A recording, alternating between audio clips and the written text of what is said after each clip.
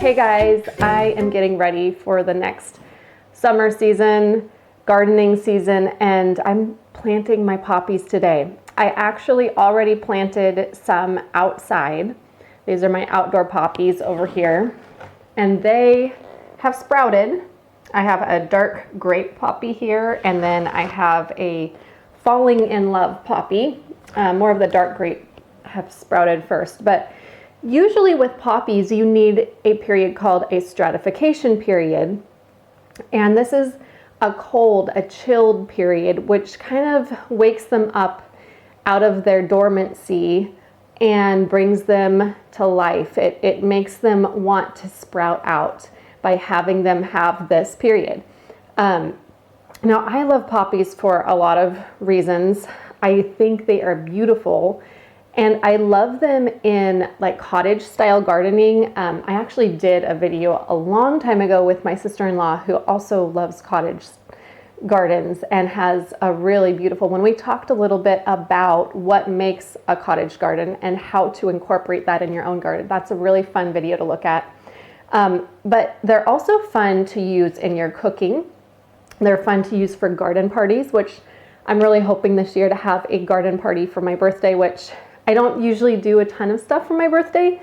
And so this is kind of a new thing for me to think ahead like this and go, I think I want to do a garden party. So I'm really trying to get my garden ready for that and just have some beautiful color in it. I have a June birthday, and so that's the perfect time for some kind of a outdoor gathering.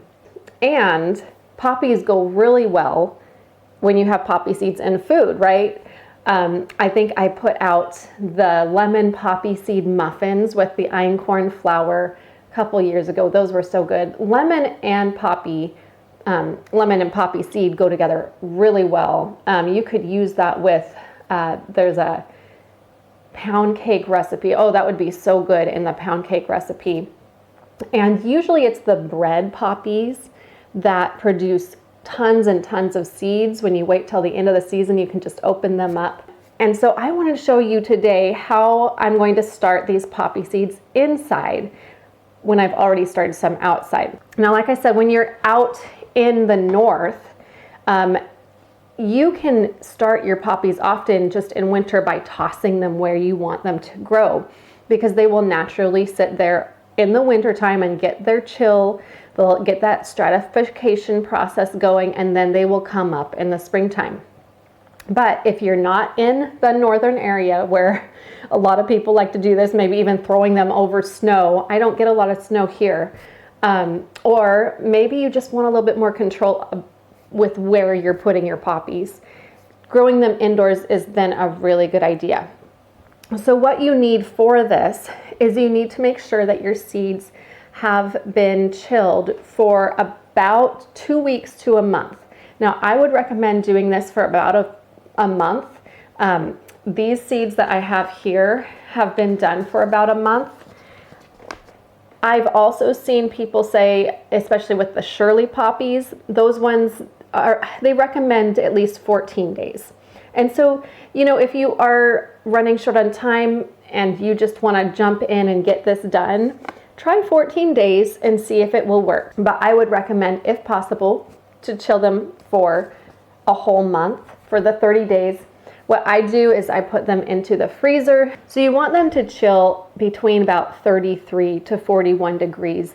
If your fridge is at this temperature, that works great too. You can also just store your seeds in a cold place all winter, and that'll work also if you live in a somewhat cool environment during the winter time. The next thing you want to make sure is that you have your time done and that you have a way to plant these without tossing them everywhere, because poppy seeds are really tiny. So I'm going to start with my pink ones here. These are frosted salmon. And with these ones, I am going to pour a few into water and show you how I do this. I don't want to pour too many in, because really these are so tiny that if I pour a little bit in, I've got like 20 there. I like to use something like this This is a skewer. You can also use toothpicks. You can probably also use popsicle sticks. I've noticed with the skewer that the fat end is actually working better to collect them than the skinny end. So however it works, but this is just kind of a tip to help you not pour them all out and then have to like take out a lot of your poppies and waste them. At the end of this video, I will also let you know some of my favorite poppies that I have planted and show you how they turn out.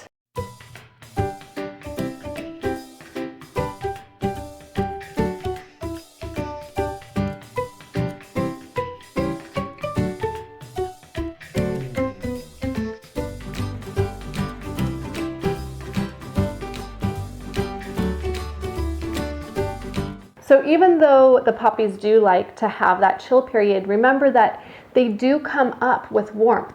So being inside of a house is actually good for them. Being at that, in between 60 to 70-ish degrees is a really good temperature for them. And they should be coming up within about 10 days. Make sure that you keep them well watered. Of course, not too watered. You don't want to drench them and drown them, but do water them using a spray can like this, just to make sure that you get the tops where those seeds are at wet every day. Some of my favorite types of poppies that I've grown are this frosted salmon poppy. I've also really loved the Amazing Gray. That one just is out of this world beautiful. I have also really enjoyed the Shirley poppies. Those ones are so just elegant is the word that comes to mind. And then the Florist Pepper Box. These ones were fun. But honestly, just about any kind of poppy is going to turn out beautiful. And I am so excited to see what it looks like this year after they have grown and we are able to just spend time outside eating and hanging out together with people that we care about. I hope you guys get something out of this video. And let me know if you have any questions or if you are also a poppy fan and love to plant poppies. I'd love to hear what you do to plant your poppies. And I will talk to you guys again soon. Bye-bye.